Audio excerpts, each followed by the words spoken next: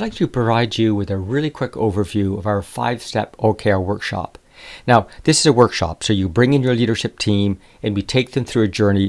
It could be as quick as 5 days where they learn these skill sets, apply their knowledge, and also build an OKR system. The process looks roughly like this.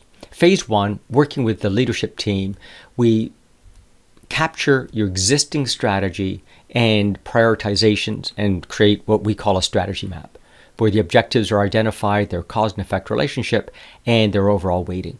This is a sample that's well published from our work at Southwest Airlines. From there, we link it to your existing budgets and corporate plans, the committed numbers that you have to work towards.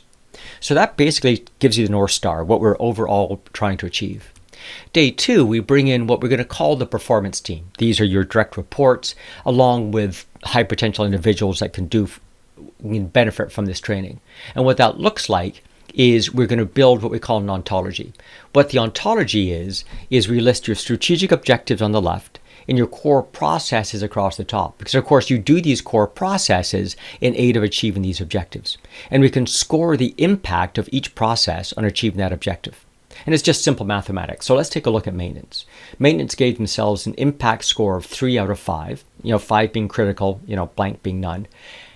And is an objective of increased profitability, a weighting of 5. So this cell is merely just 3 times 5 or 15. So it's conditionally formatted like gray. On this one, they gave themselves, they're critical to fewer planes. So they gave them score 5 out of 5. That becomes dark gray. And the next one down, also critical to low ticket price. Again, 5 times 15, 75 is black. So what this allows us to do is, most importantly, these black cells are the critical performance nodes. These are the ones that each manager needs to nail in order to contribute to success. In other words, we've accurately cascaded strategy from the top level down to each department. I now am exactly aligned with what I need to do, and I've identified where I need to rate my OKRs. So this is super important for us in this project. You can use this for other things as well. Obviously, you're going to put your best people there. This is where you need the best capacity and so forth. It allows you to see the cross-functional nature of work by seeing which critical nodes need to work together to achieve success and so forth. So these nodes we focus on now to create those OKRs. Let's just quickly talk about our view to simplify what the heck an OKR is. So it's just a verb, noun, key result, target, date. So an example, let's say for Southwest is reduce turnaround time. To do that, they're going to measure hands-on time, the amount of time that they're in contact with that airplane. And in Q1, their target is 50 minutes. So verb, noun, key result, target, and date. Easy. Now, I also want you to think about what you expect to happen as the year unfolds. So in Q2, we're going to shave 5 minutes off, process improvement. A miracle happens in Q3. We're going to get down to 30 minutes somehow or the other, and then eventually down to 25 minutes. So now the organization knows what my plan is. But to do this, there's some cross-functional work I need to do. So we're going to cross-train the ground crew. So I need HR to help me out. They're going to train the ground crew so that different people can load passengers or load airplane or clean the plane, etc. And so we're going to have 20% of our teams trained on cross-functional ground work in Q1, 40% in Q2, 60% in Q3. And by the end of the year, everyone's trained and can do any job. Finally, we need to renegotiate our airport agreements because right now we're not allowed to unload the airplanes, for example. So it's going to take us Q1 to draft the agreements, Q2 to sign 20 airports, 80 airports by Q3, 120 by Q4.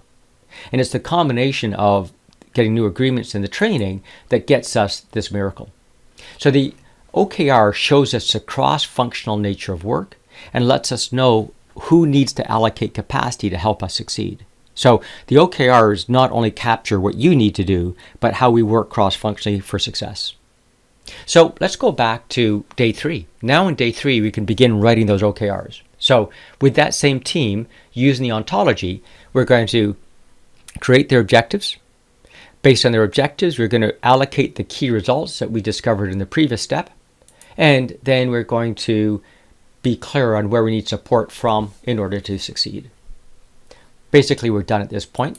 But what we do is make sure that this leads to success for the organization and then put it into some system of record. So the idea is now the individual, the leadership team, stakeholders could all see how we're performing.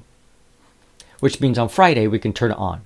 On Friday, we'll teach you how to run more effective OKR meetings on the weekly, monthly drumbeat, how to do those quarterly refreshes, and how to do that annual rethink.